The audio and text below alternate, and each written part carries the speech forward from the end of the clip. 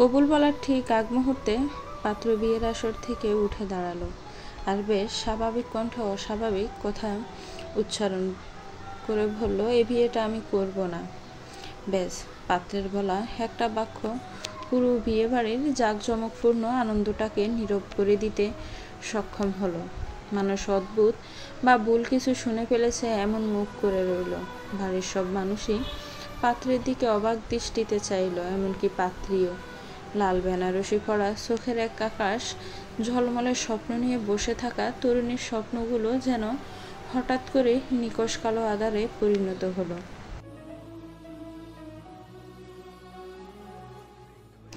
পাত্রীর বাবা আজাদ শেখ ছুটে আসলেন, ব্যতিব্যস্ত কণ্ঠে বললেন, বাবা, আমাদের পরিচালনায় কি ভুল হয়েছে? বলো, আমরা শুধরে নিব, তবুও এসব কথা বলো না। পাত্রপক্ষে ততক্ষণে মাথার পাগড়ি খুলে ফেলেছে। এবার পাত্র আজাদ শেখের দিকে 2 কদম এগিয়ে গিয়ে বলল, ও আপনার মেয়ে হয়েছে, সেটাই ওর জীবনের বড় ভুল, আর এই ভুলের মাসুল দিব চিরকাল। আজাদ শেখ অবাক কণ্ঠে বললেন, আমার মেয়ে হয়েছে সেটা ওর বড় ভুল? মানে তুমি কি বলছো মসৃণ? হুট করে এমন সময় এসব কথা তো মোটেও যুক্তিযুক্ত না। আচ্ছা, আমরা সব কথা পরে আলোচনা করি, নিরিবিলিতে আগে বিয়েটা হোক।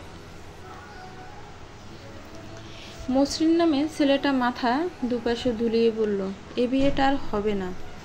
সেটা শুনেননি? হবে হবে করেও না হওয়া শ্বশুরমশাই। এখন বিয়ের আসরে বসা আপনার এই বিয়ে ভেঙে যাওয়া মেয়েটাকে কে বিয়ে করবে সেটাও আমি দেখি। আপনিও বুঝেন, একটা ভাবার মেয়েকে বিয়ের আসরে বিয়ে না করে ফেলে যাওয়াটা কোন ধরনের কাজ।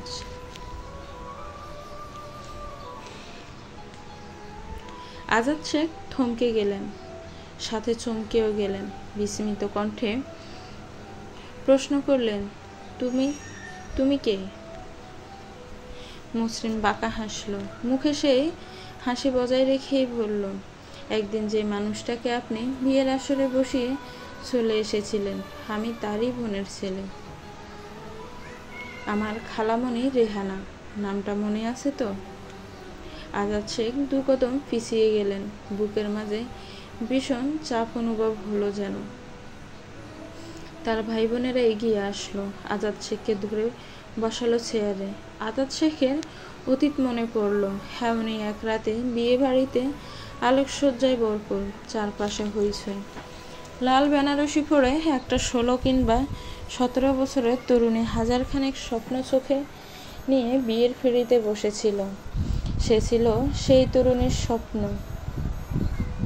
পূরণের সাথী, কিন্তু শেষ অবধি বিয়েটা হয়নি। বিয়ের আসরে এক স্বপ্নভাঙা তরুণীকে ফেলে সে চলে এসেছিল নিজের ভাবা চাচার হাত ধরে। কখন আর ফেলে আসা নিস্তব্ধ তরুণীর খোঁজ নেয়নি। স্বপ্নভাঙা তরুণীর শেষ পরিহাস কখনো ফিরে দেখার প্রয়োজন বোধ করেনি। কিন্তু আজ সেই 25-30 বছর আগের অতীত তার সামনে নিষ্ঠুর বর্তমান হয়ে দাঁড়ালো। আজাদ শেখ উঠে দাঁড়ালো, মেয়ের হবু জামাইয়ের সামনে 2 হাত জোড় করে বলল, বাবা, সে তো অনেক বছর আগের কাহিনী। তখন পরিস্থিতি প্রেক্ষাপট ছিল ভিন্ন, আর আজ আরেক রকম।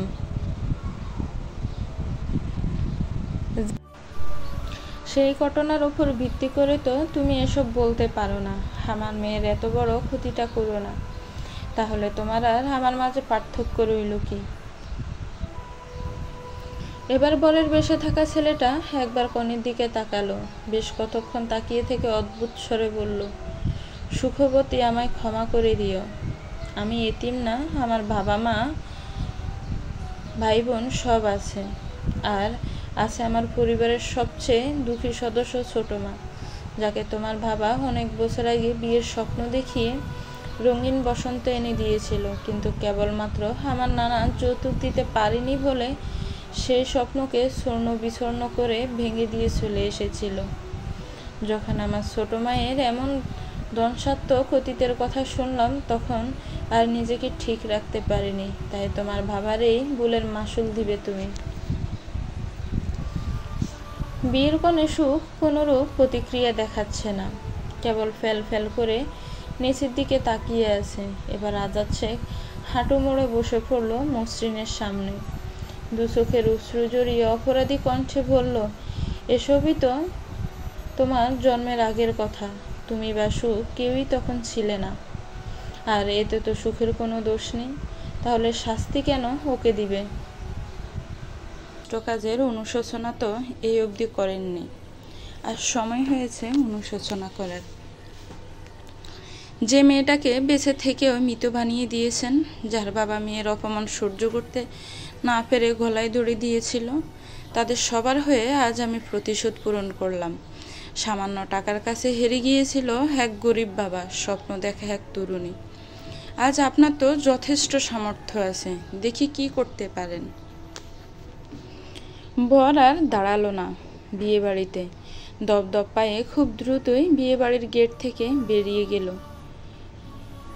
সুখবতী কেবল গেটের পানে চেয়ে রইল। একটা মানুষ এত নিখুঁত অভিনয় করতে পারে, মসৃণকে না দেখলে জানতেই পারত না। বিয়ের আগে সে সুখের পিছে কতদিন ঘুরল। তার দিন দুনিয়ায় কেউ নেই বলে দয়া মায়া কুড়ালো। অবশেষে সেই সুদর্শন মানবের জন্য যখন সুখের মন ঘুরল, তখনই এই ধাক্কাটা পেতে হলো। বিয়ের আসরে যখন সাফা গুঞ্জনে ভরে গেল, তখন কেউ ঠাস করে সর বসালো সুখের গালে। সুখ চমকে উঠল, সাথে সাথে চমকে উঠল উপস্থিত প্রত্যেকটা মানুষ। যে মেয়েটার সদ্য বিয়ে ভাঙল, তাকে কোন মানুষ এভাবে চর দিতে পারে? সবাই উৎসুক দৃষ্টিতে চর দেওয়ার ব্যক্তিটার দিকে তাকালো। মানুষটা আর কেউ না, সুখের সৎমা সানজিদা বেগম। সানজিদা বেগম সুখের হাতটা ধরে টেনে দাঁড় করালো।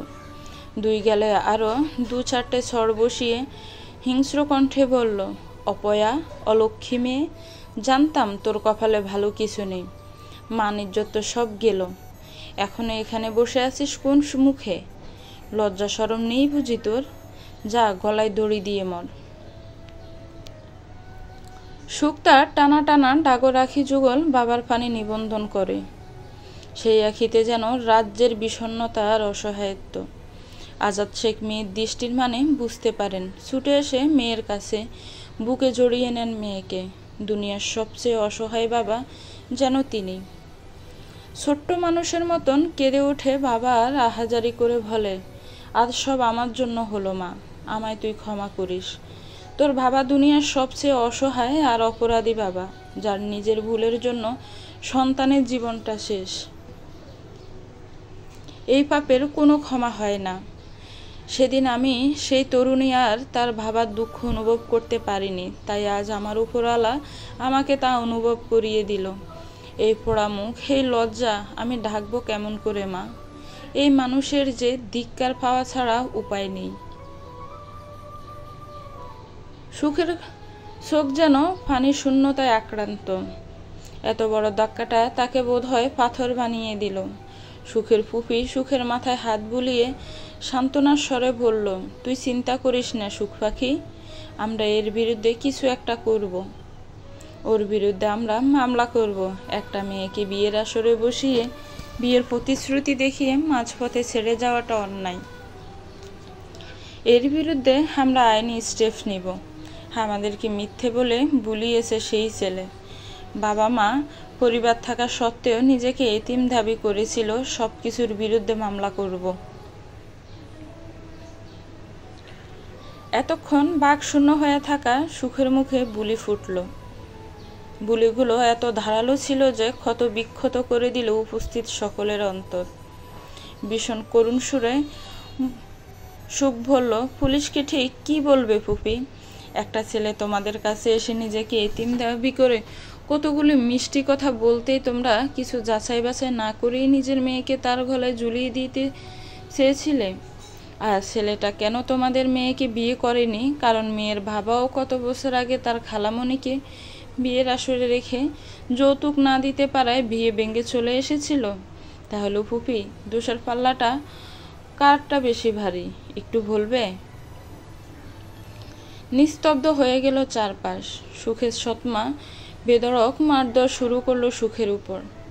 সবাই যখন মারধর ঠেকাতে ব্যস্ত, তখন সুখের ছোট সৎবোন ছুটে এসে চিৎকার দিয়ে বলল, আম্মু, আপাই তাড়াতাড়ি আসো, আব্বা যেন কেমন করছে। সবাই ব্রু কুঁচকে ফেলল। আজাদ শেখ তো মাত্রই এখানে ছিল। চারপাশে তাকিয়ে দেখে আজাদ শেখ কোথাও নেই। সবার প্রথম সুখে ছুট লাগায় বাবার ঘরে। সুখের পিছু পিছু ছুটল সবাই। আজাদ শেখের মুখ দিয়ে অনবরত রক্ত বের হচ্ছে, আর নিথর দেহটা পড়ে আছে মাটিতে। হাতে একটা ছোট্ট কাগজ, যেখানে লেখা, 7 করে মেয়ের নাম রেখেছিলাম সুখ। কিন্তু মেয়ে জন্মের পর 5 মাসের ছোট্ট মেয়েটাকে ফেলে তার মা পালিয়ে গেল। সুখের জীবনকে সুখে ভরপুর করার জন্য আনলাম সৎমা, যার কৃপায় সুখের জীবন সুখহীনতায় ভরে উঠল। আজ আবারও আমার পাপের ফলের জন্য মেয়েটার জীবনে কলঙ্ক লেগে গেল। মেয়ের জীবনটা হয়ে গেল সুখের অসুখ। সুখ বাবার দেহে পানে তাকালো। পৃথিবীতে সব থেকে বেশি ভালোবাসা মানুষটাও আজ বিদায় নিল। বটগাছের ছায়াবিহীন সুখ টিকবে তো? না, সুখহীনতার গল্পে ভরে উঠবে সুখবতীর নির্মম জীবন। সুখের বাবার লাশটা বাড়ি থেকে বের না হতে ভেসে এলো চাঞ্চল্যকর খবর। তার বোন লীলাবতীর সদ্য ইন্টারে পা দেওয়া মেয়েটা প্রেগনেন্ট। আর তার সমস্ত কৃতিত্ব সুখবতীর স্বপ্ন দেখানো মানুষ মসৃণের। এজন্য মরারে আবার মাইরা গেল। পুরো বাড়ি যখন বিষণ্ণতায় ছেয়ে রইল, তখনই এই খবরটা নতুন করে উদয় হলো। বাড়ির বাহিরে খালি জায়গায় আজাদ শেখের মৃত শরীরটা রাখা হয়েছিল। আত্মীয় স্বজন সব সেখানেই ছিল। সুখ নিজের ছোট বোনটাকে আশেপাশে না দেখে অবাক হয়। ভেবেছিল ছোট মানুষ হয়তো পুরোটা ব্যাপার মানতে পারেনি। বাবা 2 বোনকে বেশ আদর করত, কিন্তু ছোট বোন সুখকে পছন্দ করত না। যতই হোক, সৎ নামক তকমাটা তো তার শরীরে আর সম্পর্কের মাঝে লেপ্টে ছিল।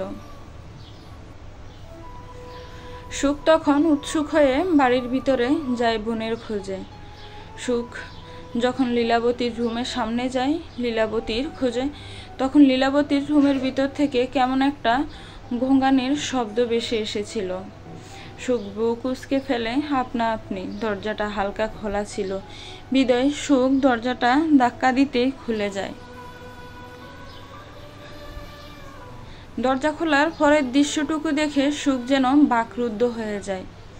লীলাবতীর শরীরটা ফ্যানের সাথে ঝুলে আছে আর ছটপট করছে। সুখ দ্রুত এগিয়ে যায় আর বোনের পায়ের নিচে পড়ে থাকা ছেঁড়াটা আবার সোজা করে রাখে। গলা থেকে দড়িটা খুলে দেয়।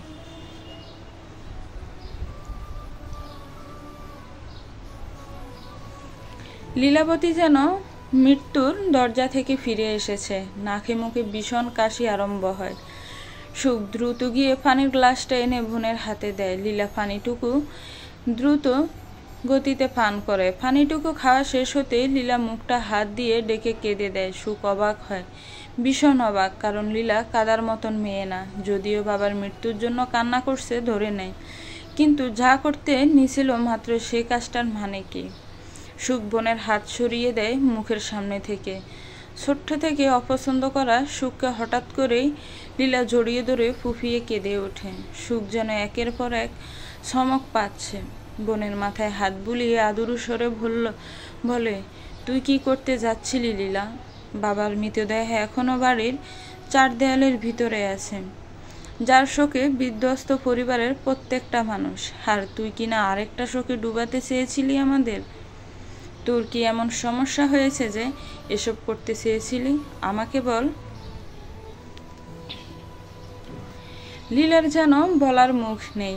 এই লজ্জার কথা সে কাকে জানাবে? বয়ঃসন্ধির অনুপ্রেরণায় যে পাপ সে করেছে, সেই পাপের কথা সে কাকে জানাবে? আদৌ তার বেঁচে থাকাটা যুক্তিযুক্ত তো? বড় বোনের কপাল পোড়াবে বলে বাহিরের ছেলেটাকে বিশ্বাস করেছে। শুধু বিশ্বাস না, অন্ধবিশ্বাস করেছিল, যার কারণে নিজের সবটুকু সমর্পণ করেছিল সেই মানুষটার হাতে। আর আজ সেই মানুষ তাদের সর্বস্ব কেড়ে নিয়ে চলে গেছে। সে টেরও পায়নি ঘর শত্রু বিভীষণ ছিল সেই মানুষ।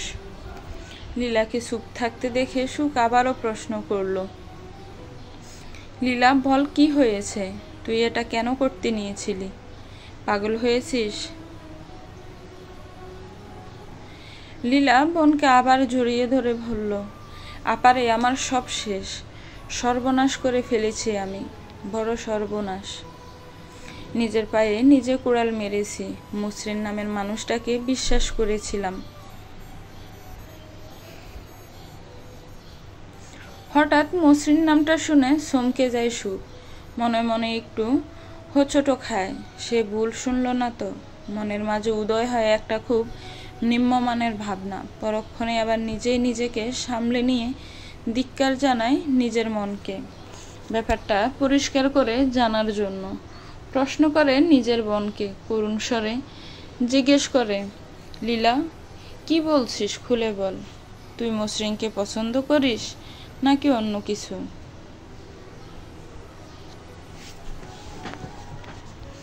লীলা কান্না করতে করতে মাথা নাড়িয়ে বলল, শুধু পছন্দ করি না, আমার ধ্যান জ্ঞান সবটাই তার নামে সমর্পণ করেছিলাম আপা।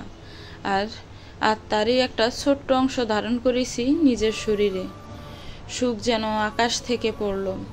এটাও শোনার বাকি ছিল শেষমেশ, তারই বোনের এত বড় ক্ষতি করেছে মসৃণ।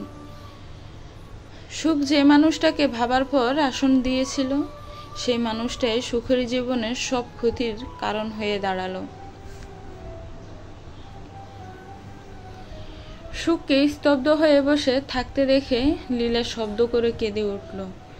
অপরাধী কণ্ঠে বলল, আপা, আমি মসৃণ ভাইকে ভালোবাসি। সেও বলেছিল সে আমাকে ভালোবাসে, তাই তো আমি তার উপর ভরসা করেছিলাম। কিন্তু সে আমাকে ধোঁকা দিবে ভাবিনি। সে বলেছিল সে তোমার উপর যেন একটা প্রতিশোধ নেওয়ার জন্য বিয়ের নাটক করছে, কিন্তু সে বিয়ে আমাকেই করবে। আর আমিও তোমাকে অপছন্দ করতাম বিদায় রাজি হয়ে গিয়েছিলাম তার কথায়। কিন্তু সুখ নিজের কান চেপে ধরল, মাথা নাড়িয়ে বলল, না, আর বলিস না কিছু লীলা, আমার যে আর সহ্য করার ক্ষমতা নেই। তুই কি করলি এটা? এখন কিভাবে বাঁচাবো তোকে আমি?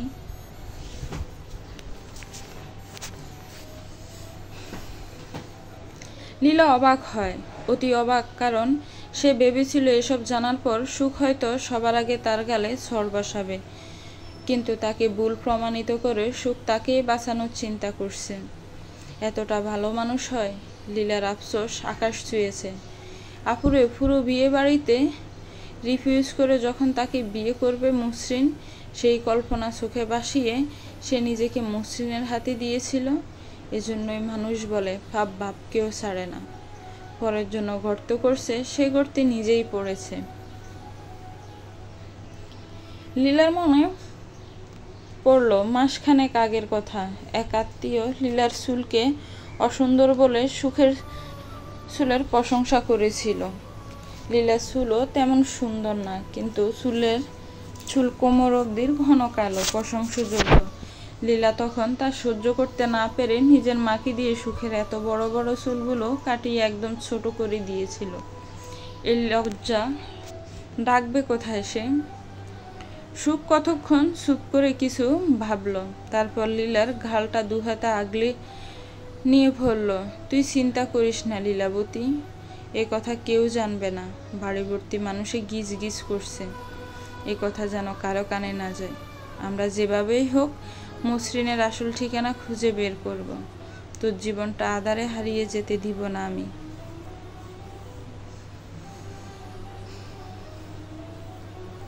লীলাবতী ছুটে বের হয়ে গেল রুম থেকে।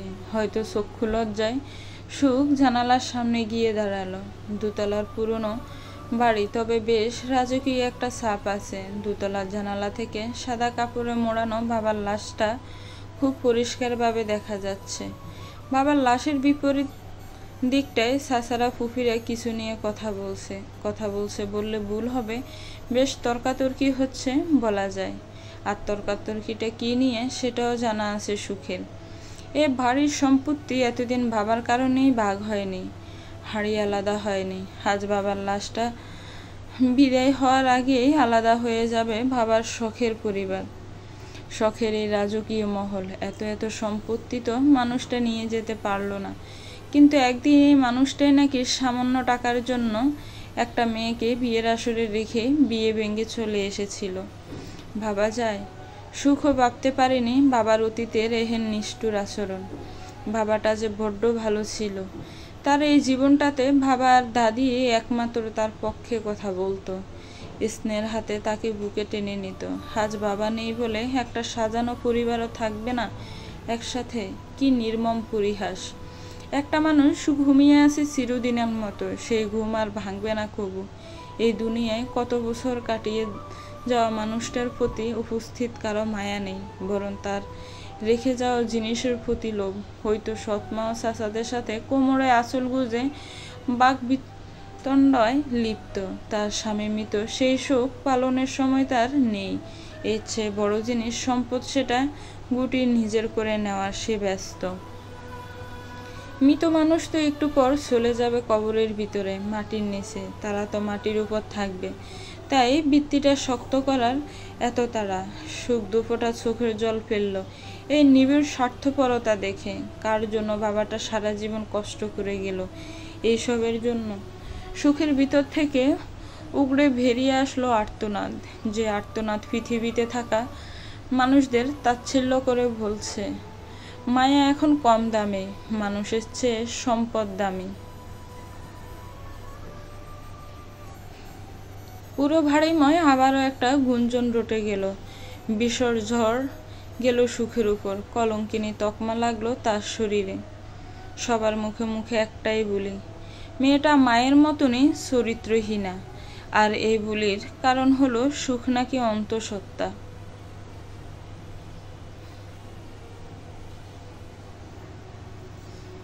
ভীষণ মার খেয়ে সুখ যখন বিছানার এক কোণে পড়ে রইল, তখন টেবিলের কোণে থাকা তার ফোনটা ভেজে উঠল।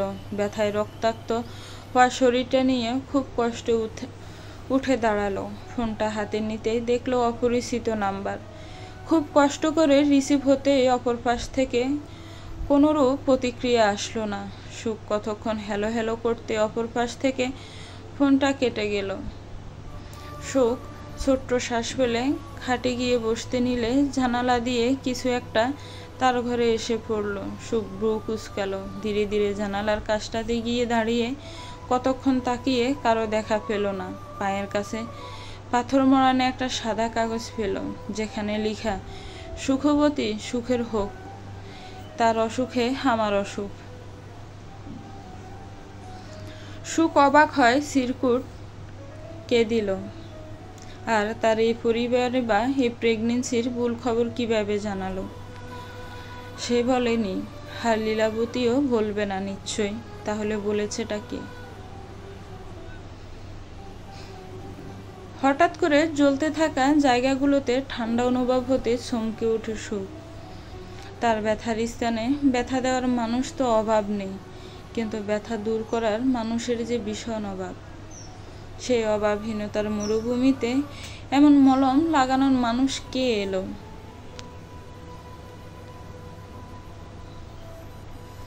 সুখ অনুভব করলো একটা রুক্ষ শুষ্ক হাত অনবরত তার পিঠে গাড়ে কিছু একটা মালিশ করে দিচ্ছে, যার জন্য এতক্ষণ জ্বলে যাওয়াটা হঠাৎ করে ঠান্ডা হয়ে গেল। সুখের মনে পড়ল এখনো তার বাড়িতে একজন মহিলা বাকি আছে, যার রুচি থেকে এখনো সুখ নাম মানুষটা উগড়ে যায়নি। সাতর্য মনোয়ারা বেগম আজও সুখবতীর সুখের আশায় দ্বার খুলে বসে থাকে। আজও নিজের কুঁচকে যাওয়া শরীর আর বার্ধক্যের বার নিয়েও সুখের সমস্ত দুঃখ থেকে আড়াল করতে চায়। তার দাদি যান আজও তাকে আগলে রাখতে চায় দুঃখ নামক বড় হিমালয় থেকে। রুমে সুখ আর তার দাদি বাদে আরেকজনের উপস্থিতিও টের পায় সুখ, কিন্তু ফিরে তাকানোর প্রয়োজন বোধ করে না। একটা বিশাল কামরায় নীরবতার জালে জড়িয়ে থাকে তিনটি মানুষ, তিনটি মানবী। একজন বয়সের বাড়ি বৃদ্ধ প্রায়, একজন দুঃখের বাড়ে ক্লান্ত প্রায়, আর আরেকজন পাপের বাড়ে ক্রুজ। নীরবতা ভেদ করে অনেক বছরের জীবন সম্পর্কে অভিজ্ঞতা সম্পন্ন মহিলাটা এবার দীর্ঘশ্বাস ফেলে বলতে শুরু করলো, মাইয়া মানুষের জীবন মানেই খড়কুঠো, সময়ের স্রোতে গা ভাসাইয়া চলতে হইব তাদের। কখনো মাইনা নিতে হইব, কখনো মানাইয়া নিতে হইব। কিন্তু এই মাইনা নেওয়া আর মানায় নেওয়ার মাঝখানে যখন সমীকরণ অমিল হইয়া যায়, তখন সেই স্রোতের বিপরীত গা ভাসানোই উচিত। তুমি সারা জীবন সব মাইনেই নিবা, আর কেউ তোমার দিক দেখব না, হেডা তো হইতে পারে না। মাইয়া বইলা কি বাঁচার শখ জাগে না? কখনো কখনো বাঁচার লাইগে স্রোতের বিপরীতে গা ভাসানো উচিত।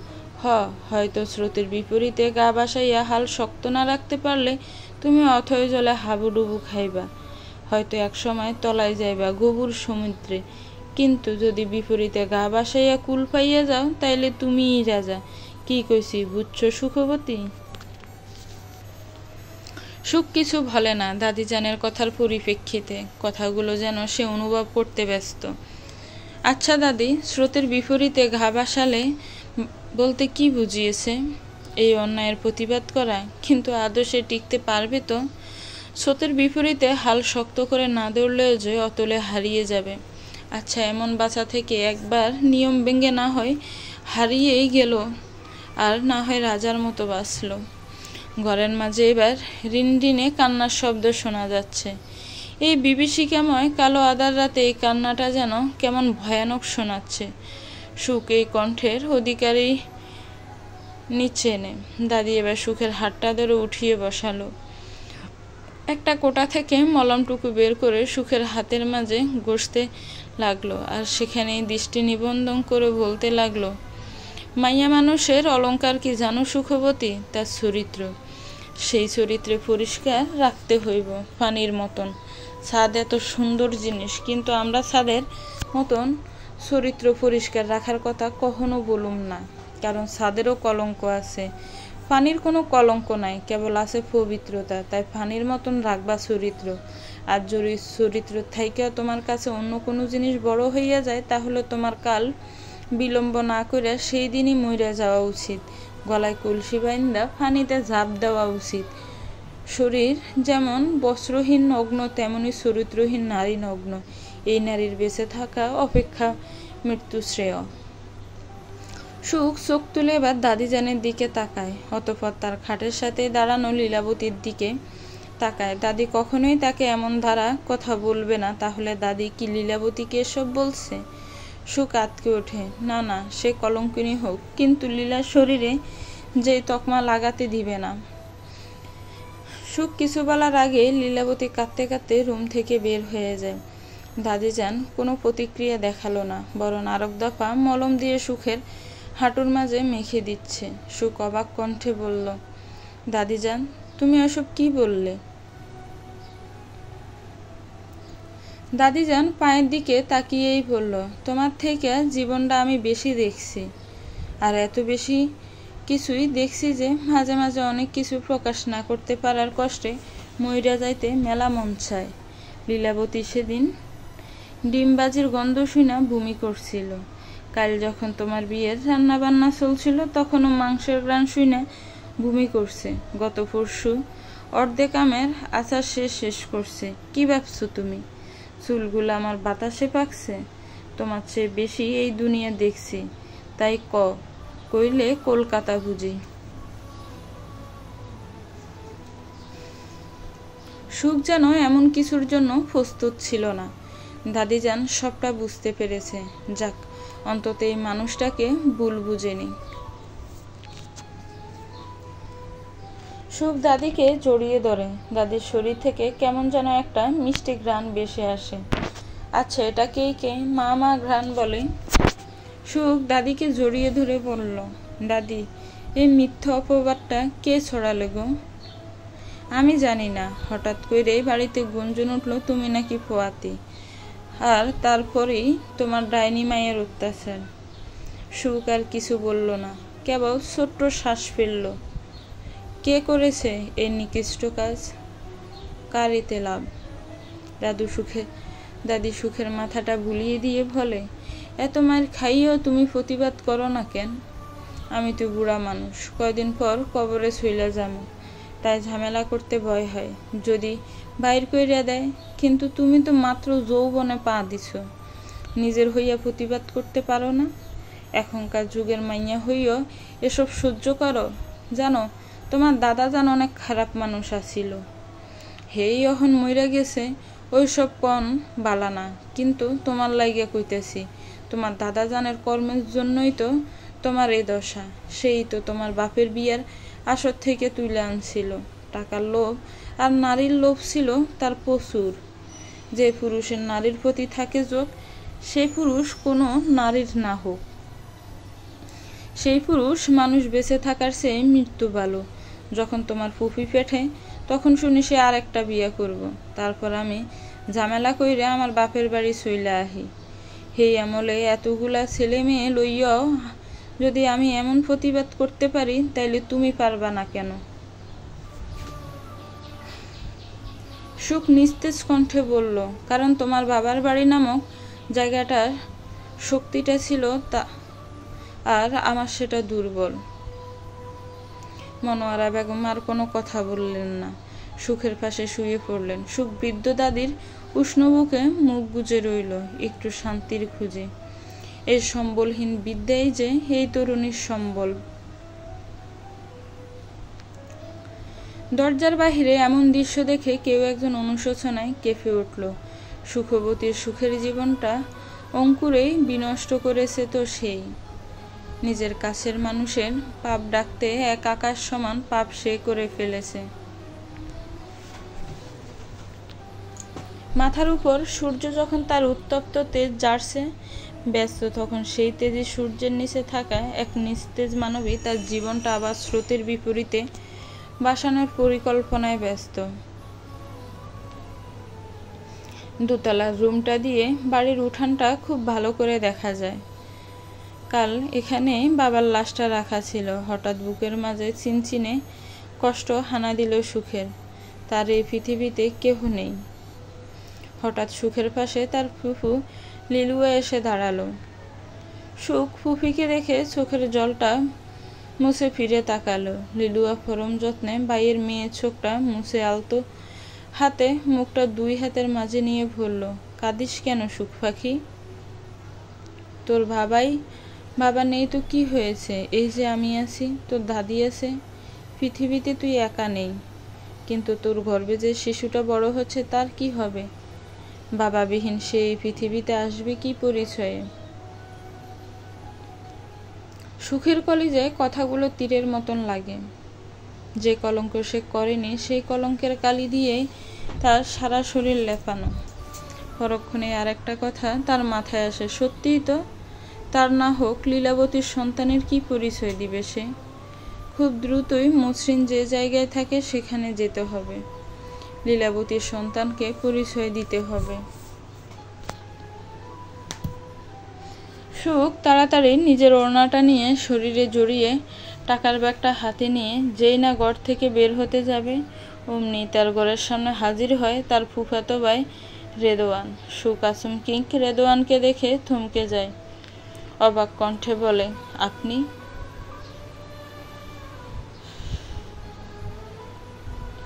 রেদওয়ান বাঁকা হেসে ফিসফিস কণ্ঠে বলল, তোমার সর্বনাশ দেখতে এলাম সুখ পাখি। মা যখন বলল তোমার বিয়ে ভেঙেছে আর তুমি গর্ভবতী, বিশ্বাস করো নিজেকে এত খুশি সময় আর আটকে রাখতে পারলাম না, চলে আসলাম তোমার বিধ্বস্ততা দেখতে। সুখ দু কদম পিছিয়ে যায়। এই যে সামনে দাঁড়িয়ে থাকা কুশ্রী হৃদয়যুক্ত মানুষটা তার ফুফির ছেলে, মানুষ না যেন জানোয়ার। ততক্ষণে সুখের ফুফি এগিয়ে এসে বলল, কোথায় যাচ্ছিস সুখ পাখি? আর রেদওয়ান তো কাল বিকেলেই এসেছিল, তুই তখন রুমে ছিলি বিদায় দেখিসনি। সুখ থমকে গেল। দুঃখ বুঝি কম ছিল যে নতুন করে আরেকটা দুঃখ হাজির হলো।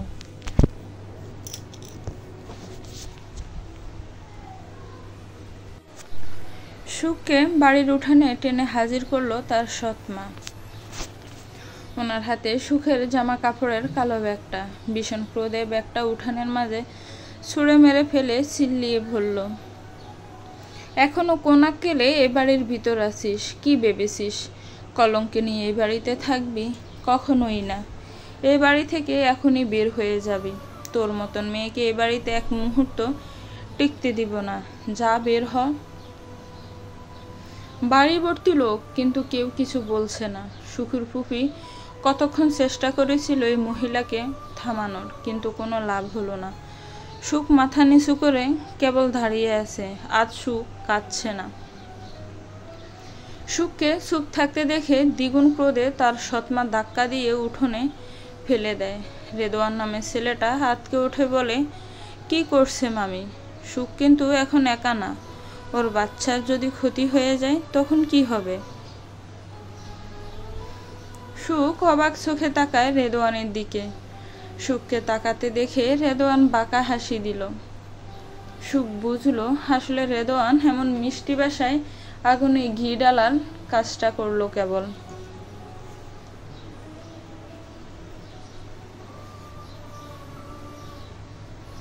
সুখের দাদি সুখের কাছে গিয়ে সুখকে ধরে উঠায়, নরম কণ্ঠে বলে, বাপ মা হারা মাইয়াটা কোথায় যাইব বউ? তুমিই তো তার আশ্রয়। শাশুড়ির মুখের হয়ে পক্ষপাতিত্ব পছন্দ করলো না সানজিদা বেগম। রেগে গিয়ে বলল, আপনার তো এক পা কবরে গেল আম্মা। এমন পাপীর হয়ে কিভাবে কথা বলছেন? পরকালের ভয় নেই? পাপীর হয়ে কথা বললে আপনিও পাপী হবেন। একটু তো ভয় করেন, পাপের সঙ্গ ছাড়েন, পাপের মুখে থুতু পেলেন। বিদ্যা মনোয়ারা বেগম পড়লেন সাদা থান কাপড়টার হাঁচলটা মুখ টেনে হাসি মুখে বলল, তাহলে প্রথম থুতুটা তোমার মুখেই মারি বৌমা। তোমার সঙ্গ দেওয়ার মতন পাপে দুনিয়ায় আর নাই। ফুঁসে উঠল সানজিদা বেগম। শাশুড়ির দিকে তেড়ে গিয়ে শাশুড়ির বাহু ধাক্কা দিয়ে বলল, বাহ বুড়ি মহিলা, আমারটা খেয়েই আমাকে পাপ বলছেন? আপনিও বের হন বাড়ি থেকে। এই বাড়িতে আপনার ঠাঁই নেই। এই বাড়ি থেকে যদি কাউকে বের হতে হয় তাহলে সবার প্রথমে আপনি বের হবেন। সুখের এহেন কথায় আকাশ থেকে যেন পড়ল সানজিদা বেগম। শুধু সানজিদা বেগম না, উপস্থিত সবাই আকাশ থেকে পড়ল যেন। সেখানে সুখের দুই চাচা চাচি আর চাচাতো ভাই বোনও উপস্থিত ছিল, কিন্তু সানজিদা বেগমের এহেন আচরণও কোনো প্রতিবাদ করল না। কিন্তু সুখের তেজিরূপ তাদেরকেও অবাক করছে। সানজিদা বেগম অবাক কণ্ঠে বলল, এই তোর মুখে বুলি ফুটেছে বেশি? আমি বাড়ি থেকে বের হব মানে? বেশি সাহস হয়েছে তোর? আপনি বাড়ি থেকে কেন বের হবেন সেটা আশা করি বুঝতে পেরেছেন। আমি না হয় খুলে নাই বললাম। আর এই মানুষটাকে বের হতে বলছেন কোন সাহসে? এই বাড়িটা ওনার ছেলের, আপনি বের হতে বলার কে? সুখের তেজি কণ্ঠে থতমত খেয়ে গেল উপস্থিত সবাই। সানজিদা বেগম আমতা আমতা স্বরে বলল, কি বলছিস তুই? পাগল হলি নাকি? এই তোর লজ্জা নেই তাই না? বাপহীন বাচ্চা গর্বে নিয়ে ঘুরছিস, আবার বড় বড় কথা বলছিস। এর লজ্জায় মরা উচিত তোর। গলায় ধরি দে।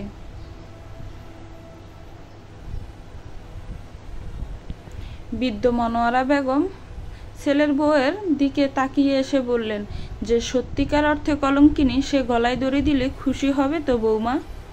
সানজিদা অটল কণ্ঠে বলল, হ্যাঁ, অনেক খুশি হব।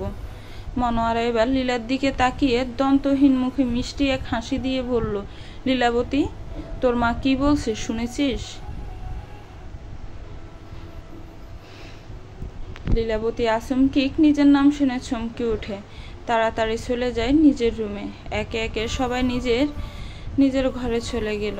সানজিদা বেগম কিছু না করতে পেরে নিজেও ঘরে চলে গেল।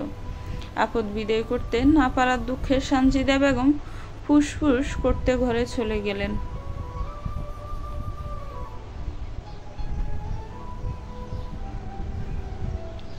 দাদি আফসোসের শ্বাস ফেলে বলল, দেখলা সুখবতী আমার মাইয়া ফোলার কাহিনী? তাগোর সামনে তাদের মারে এত অপমান করলো, একটা মানুষ, একটা কুলাঙ্গারও মুখ খুলল না। মুখ খুললে যদি আমার খাওয়ানোর দায়িত্ব তাদের উপর পড়তো সেই ভয়ে। এগুলো আমার গর্বের কলঙ্ক। বাপের রক্ত শরীরে আছে তো, বুঝলা সুখবতী? বিদ্যা নামক সময়টা জীবনের আরেকটা অপরাধ। পৃথিবীতে সব মানুষ যেন বিদ্ধ হওয়ার আগে মরে যায়। বাইসা থেকে মরার চেয়ে একবারে মরা ভালো। বৃদ্ধরা তো অহন কুত্তার আসনও পায় না। বয়স্ক মানুষ মরলে তার পরিবার বাচ্চা যায়। এই হইল যুগ। সুখ দাদিকে জাপটে ধরে। দাদি যান সুখের পিঠে হাত বুলিয়ে বলল, কি গো মেয়ে, স্রোতের বিপরীতে গা ভাসানো শুরু করে দিয়েছ? সুখ টলমল চোখে মুশকি হাসি দিয়ে বলল, দেখি না একবার বিপরীতে গিয়ে, হয় অতলে তলিয়ে যাব, না হয় রাজা হব। দাদি হেসে দেয়। মেয়েটা যে এত সহজে শক্ত হবে ভাবতে পারেনি সে। অন্ধকার রুমে বসে লীলাবতী কারোর সাথে ফোনে বাক বিতর্ক যুক্ত। করুণ স্বরে লীলাবতী বলছে, আমার বাচ্চার দায়িত্ব তুমি নিবে না? তুমি কি তাকে স্বীকার করবে না?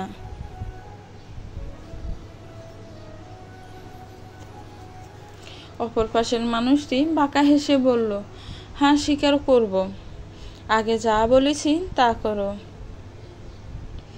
লীলাবতী কেঁদে দিয়ে বলল, জানো, তোমার কথায় ভালোর অভিনয় করতে গিয়ে দেখলাম ভালো হয়ে বাঁচার মাঝে কি তৃপ্তি। ইস, কেন যে ভালো হলাম না। খারাপ হয়ে যুগ যুগ বাঁচার চেয়ে ভালো হয়ে একদিন বাঁচার মাঝে রাজ্যের তৃপ্ততা।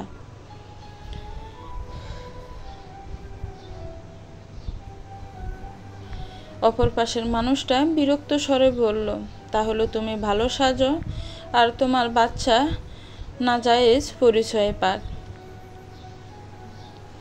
লীলাবতী আঁতকে উঠে বলল, না না, তুমি যা বলবে আমি তাই করব। অপর পাশের মানুষটা উচ্চস্বরে হেসে বলল, এই না হলো রং লীলা মাইজান।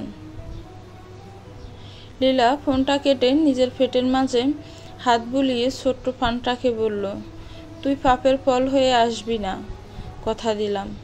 দরকার হয় আমি আরো পাপ করব।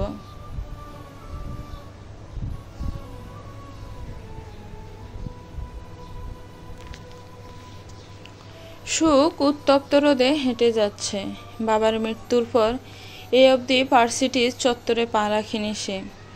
আজ 7টা দিন পর বাহিরের সূর্যের উত্তপ্ততা ফেল। কলেজ থেকে সুখ যাবে মসৃণের মেসে। যেভাবেই হোক লীলাবতীর একটা ব্যবস্থা করতে হবে। নিজেদের এলাকার লোকজন কেমন বিস্ময়কর দৃষ্টিতে তাকাচ্ছে সুখের দিকে। সবাই হয়তো ভাবছে, হে নির্লজ্জ মেয়ে কিভাবে এই মুখ নিয়ে ঘুরে বেড়াচ্ছে। হঠাৎই রৌদ্রতপ্ত আকাশ ভেঙে কালো মেঘ হানা দিল। সুখ দ্রুত বড় রাস্তায় উঠে গেল। টিপ টিপ বৃষ্টি পড়ছে। সুখ কোনো রকম একটা সিএনজি থামিয়ে উঠে গেল দ্রুত।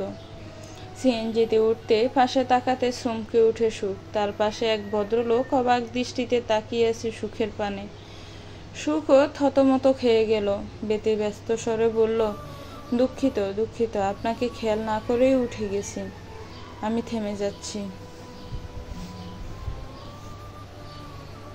সুখের কথা থামতে আকাশ কাঁপিয়ে বৃষ্টি নামলো। সুখ আচমকি আবহাওয়ার এমন পরিবর্তনে আহাম্মক হয়ে গেল। সিএনজিতে থাকা লোকটা শরীর কাঁপিয়ে হেসে উঠল। সুখ ঘুরে তাকালো। লোকটা হাসি থামিয়ে মিষ্টি কণ্ঠে বলল, দুঃখিত দুঃখিত, আমি হাসতে চাইনি, আসলে সমস্যা নাই, আমার সাথে আপনি যেতে পারেন। আমারও গাড়ি নষ্ট হয়ে যাওয়াতে সিএনজি দিয়ে যাচ্ছি। সুখ কোনো উপায় না পেয়ে শেষমেশ রাজি হয়ে গেল অপরিচিত লোকটার সাথে যেতে। নিজের কলেজের ঠিকানা দিতেই সিএনজি ছুট লাগালো নিজের গতিতে। সুখকে এক অস্বস্তিতে ঘিরে ধরল। কোনো রকম বসে রইল সিএনজির এক কোনায়। কোনো মতে রাস্তাটা শেষ হলে সে বাঁচে।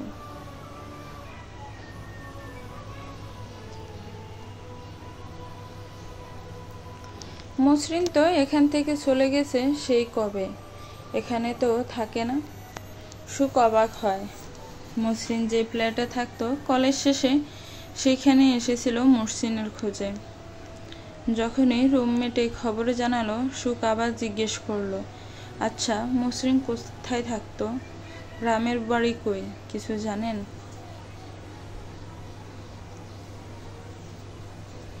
রুমমেট ডানে বামে মাথা নাড়িয়ে বলল, না তেমন কিছু তো জানি না। আমাদের এক বড় ভাই 2 মাস আগে মসৃণকে আমাদের বাসায় দিয়ে যায়। তারপর ছেলেটা তত মিশুক না, তাই কিছু জানতেও পারিনি। সুখ হতাশার নিঃশ্বাস ফেলে। 2 মাস আগে মসৃণের সাথে তাদের আলাপ হয়েছিল। সব তাহলে প্ল্যান মাফিকই ছিল। সুখ আবার জিজ্ঞেস করল, আচ্ছা আপনার ওই বড় ভাইয়ের ঠিকানা দেন না, ফোন নাম্বার, আমি যোগাযোগ করতাম।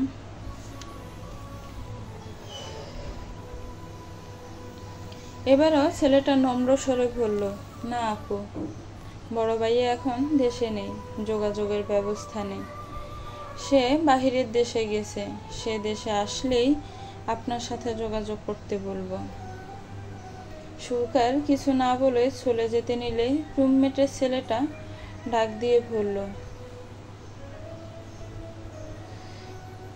আপু, মসৃণকে আমি এতটা খারাপ ভাবতে পারিনি। মানুষ চেনা সত্যিই কঠিন।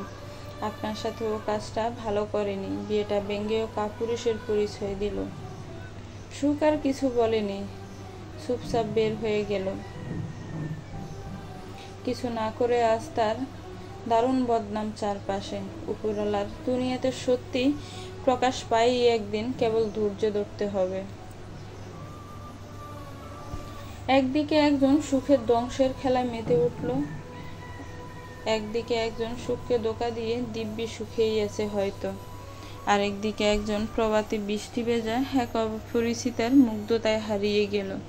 আর হাজারো গোপন তথ্য লুকিয়ে আছে সুখের আড়ালে। সুখের অতীতটা সত্যিই কি শক্ত অতীত, না সবটাই কেবল মিথ্যে গেরা? যখন মসৃণের দেওয়া ক্ষত সামলাতে ব্যস্ত সুখবতী, তখনই খুবই উপকার করতে উপকারী মন নিয়ে হাজির হয় তার পুপি লিলুয়া। সুখের ভবিষ্যৎ বাচ্চা আর সুখের কথা ভেবে তার ছেলে রেদওয়ানের জন্য বিয়ের প্রস্তাব দেয় লিলুয়া। সুখবতীর বাবা মারা গেছে আজ প্রায় 1 মাস হতে চলল। পরিস্থিতি কিছুটা যখন স্বাভাবিক, তখনই সেই স্বাভাবিক পরিস্থিতিকে অস্বাভাবিক করতে হাজির হয় লিলুয়া। আজ শুক্রবার সকাল সকাল লিলুয়া হাজির হয় তার ভাইয়ের বাড়ি। সব ভাই আর ভাবিদের একত্র করে ড্রয়িং রুমে আলোচনায় বসে। সেই আলোচনার মধ্যমণি সুখ। কথাবার্তার এক পর্যায়ে লিলুয়া সুখের সৎমায়ের পানে তাকিয়ে বলল, ভাবি, আমি একটা আবদার নিয়ে এসেছি। সানজিদা বেগম ভ্রু কুঁচকায়, কিন্তু একটু পর গদগদ কণ্ঠে বলল, হ্যাঁ হ্যাঁ লিলু, বলো না কি আবদার। আসলে ভাবি, সুখের তো কপালটা পোড়ালো সেই ছেলে, এখন ওর দায়িত্ব কে নেবে? তাই আমি একটা সমস্যার সমাধান বা প্রস্তাব নিয়ে এসেছি বললেই হয়। বাবার বাড়িতে লিলুয়ার সম্মানও বেশ ভালো, কারণ লিলুয়ার স্বামী বেশ সুনামধন্য ব্যবসায়ী। রাজপ্রাসাদের মতন ভীষণ বড় বাড়ি লিলুয়ার বড় শ্বশুর বাড়ি। লিলুয়াকে বাবার বাড়িতে এত আপ্যায়ন দিতে পেরেছে। আজকাল সমাজটাই এমন, টাকাই সম্মান এনে দেয়, ভালো মানুষের দাম নেই। সানজিদা বেগম যেন হাঁপ ছেড়ে বাঁচার মতন খবর পেল। খুশিতে আত্মহারা হয়ে বললেন, হ্যাঁ হ্যাঁ লিলু, বলো না কি খবর, কি প্রস্তাব।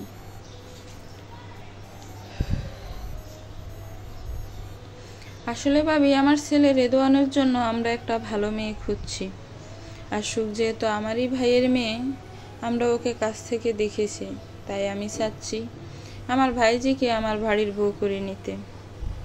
লিলুয়া যে এমন প্রস্তাব দিতে পারে উপস্থিত কেউই ভাবতে পারেনি। আচমকিক বজ্রপাত হলো মনে হয়। সানজিদা বেগমের হাসি খুশি মুখ নিকষ কালো আধারে ছেয়ে গেল। লিলুয়ার মেজো ভাই সৈকত ইসলাম অবাক কণ্ঠে বলল, তুই কি পাগল হলি লিলু? যদি ভাইয়ের মেয়েকে বউ করে নিতে হয়, তাহলে তো আমার মেয়ে শুকতারা আছে, ছোট বোনের মেয়ে দীপা, লীলাবতী আছে, ওরা তো সুন্দরীও। সুখের কপালে তো কলঙ্কের কালি, সেই কালিতে নিজেদের সম্মানও বিভীষিকাময় করে তুলতে চাইছিস। আমরাই তো পারছি না ওকে উগড়ে ফেলতে, গলার কাটার মতন বিদে আছে যেন। ওর জন্য লজ্জায় বাইরে যেতে পারি না, সবাই সিসি করে।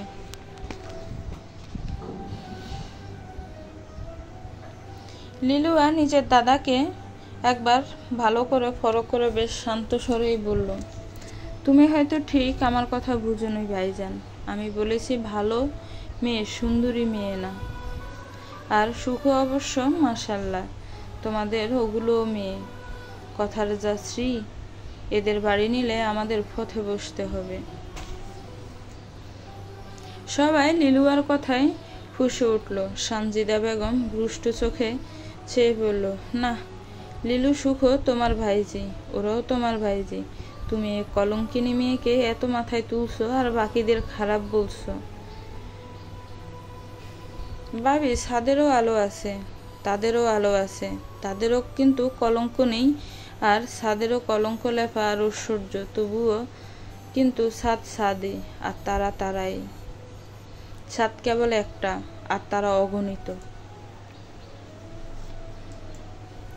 সানজিদা বেগম কতক্ষণ অমত পোষণ করলো। সে বিয়ে দিবে না। আসলে সুখের জন্য তথাকথিত এত ভালো সম্বন্ধ সে মানতে পারছে না।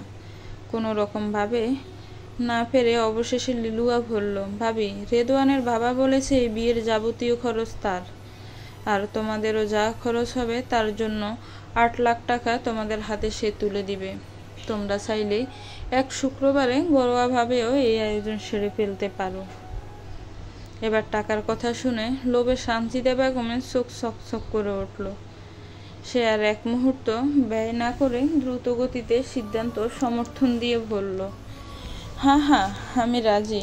আসলে কয়দিন হলো তোমাদের ভাইকে হারিয়েছি, এখনই বিয়ের আয়োজনের সামর্থ্য আমার নেই, তাই না করেছিলাম।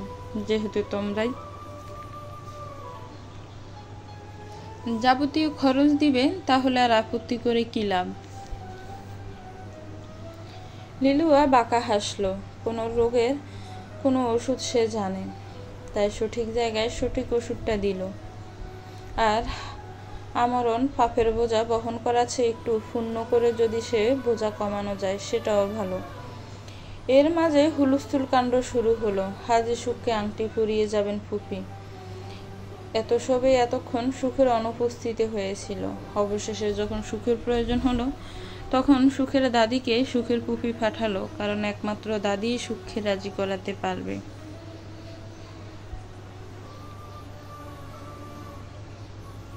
সুখ ভোরে ঘুম থেকে উঠে ফজরের নামাজ শেষ করে পড়াশোনা করছে কিছুক্ষণ, তারপর আবার ঘুমিয়েছিল।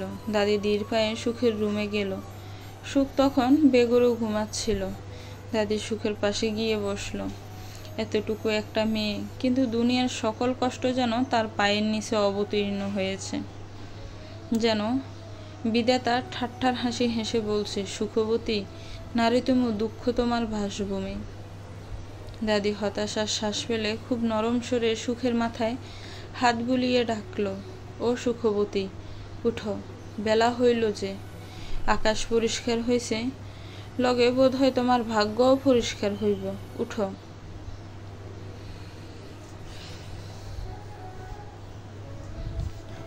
দাদির এমন কথার মানে ঘুমিয়ে থাকা সুখের বোধগম্য হয় না, কিন্তু ঘুম ভাঙে ঠিকই।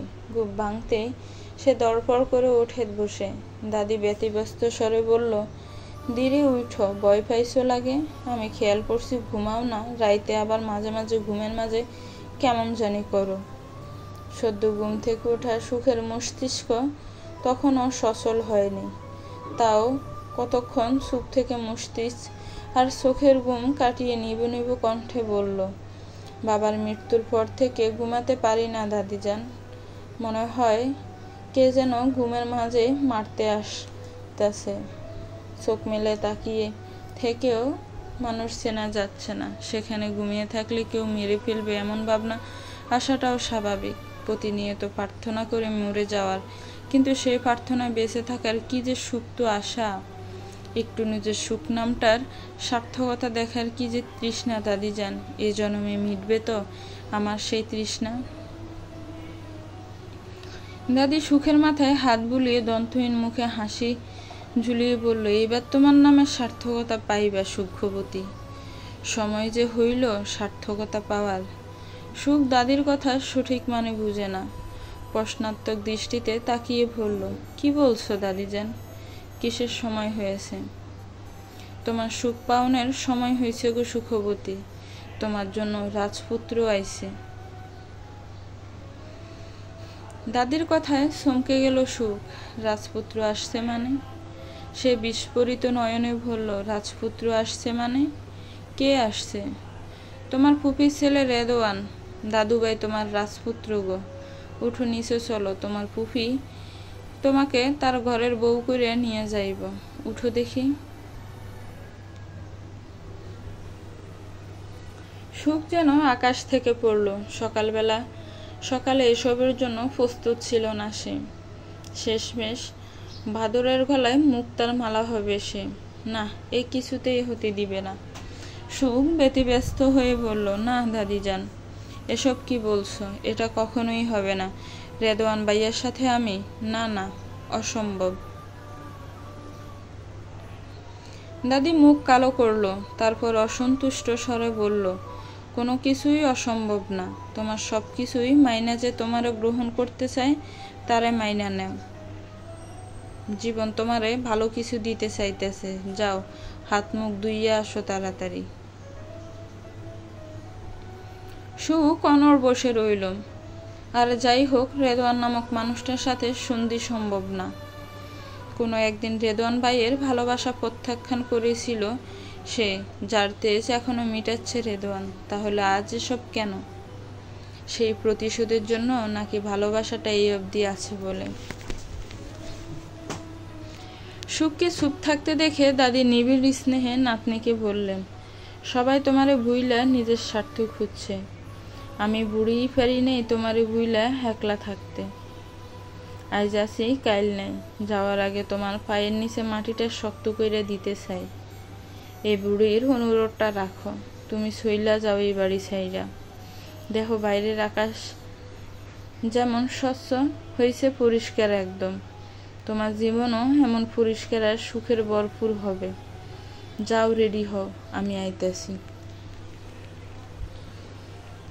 মনোয়ারা বেগম শুষ্ক হাত পা গুটিয়ে ধীরে ধীরে গেলেন দরজার বাহিরে।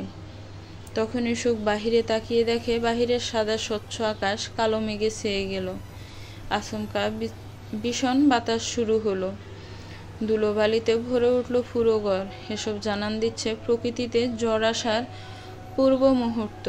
শুধুই কি প্রকৃতির ঝড় আসবে, নাকি সুখের জীবনও আসতে চলেছে নতুন ঝড়? হাতে একটা ছুরি নিয়ে অনবরত একটা ছবির উপর কেউ আছাড় কাটছে, আর পাগলের মতো ভিড় করতে করতে বলছে, আমি ঠকেছি, কিন্তু হারবো না। এক বিয়ের আসরে অপমানে জর্জরিত সুখবতী আবার বিয়ের আসরে বসার আগে ঝলসে যাবে তার পৃথিবী। তার জন্য আমার সুখের এক অংশ আমি ত্যাগ করব না। তাতে যাই করা লাগে করব।